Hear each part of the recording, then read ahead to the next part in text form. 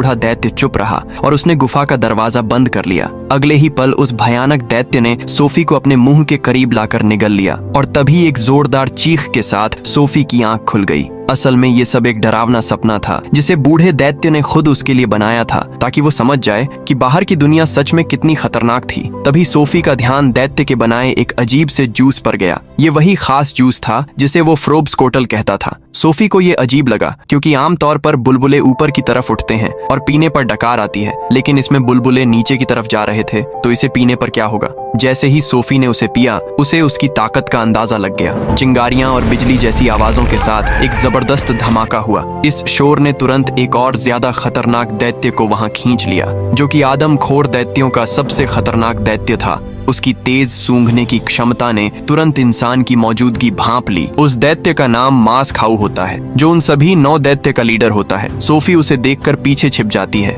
लेकिन उस शैतान को सोफी की महक आ जाती है और वो उसे ढूंढने लग जाता है। ये देखकर सोफी कक्कड़ भुज्जे में छिप जाती है, लेकिन ये बात BFG को पता नहीं होती। इसलिए वो उस शैतान को कहता है कि तुम ये हरी ताजा सब्जी खाओ, लेकिन वो कहता है कि मैं घास फूस नहीं खाता, मैं मांस खाता हूँ। लेकिन जब वो उसे सूंघता है तो उसमें उसे अच्छी खुशबू आती है, इसलिए वो उसे खाने लगता है। लेकिन तभी सोफी अपने पैर बाहर निकालती है, जिससे BFG को पता चल जाता है कि सोफी उसके अंदर है। इसलिए वो शैतान को रोक कर कहता है कि तुम सिर्फ मांस खाते हो, तुम्हें सब्जियों से चीड़ है। ये सुनकर वो उस कक्कड़ भूजे को नीचे फेंक देता है और कहता है कि हमें सब्जियों और पानी से बहुत चीड़ है। इसलिए वो वहाँ रखा शरबत उठाकर वहाँ से ले जाता है। उसके जाते ही BFG सोफी को उस कक्कड़ भूजे से बाहर निकालता है और फिर उसे उस सीक्रेट रूम में लेकर जाता है, जो बहुत ही खूबसूरत जगह होती है और वहाँ उसने बहुत सारी मशीनें भी लगाई होती है। वो वहाँ सोफी को नहलाता है और उसे सुखाता है, उसे पहनने के लिए कपड़े देता है। फिर वो सोफी के लिए वहाँ पेड़ में एक बिस्तर तैयार करता है और वो वहाँ उसकी बुक और ग्लासेस भी रख देता है। फिर वो सोफी को कहता है कि मैं काम पर जा रहा हूँ, इसलिए तुम्हें यही रहना होगा।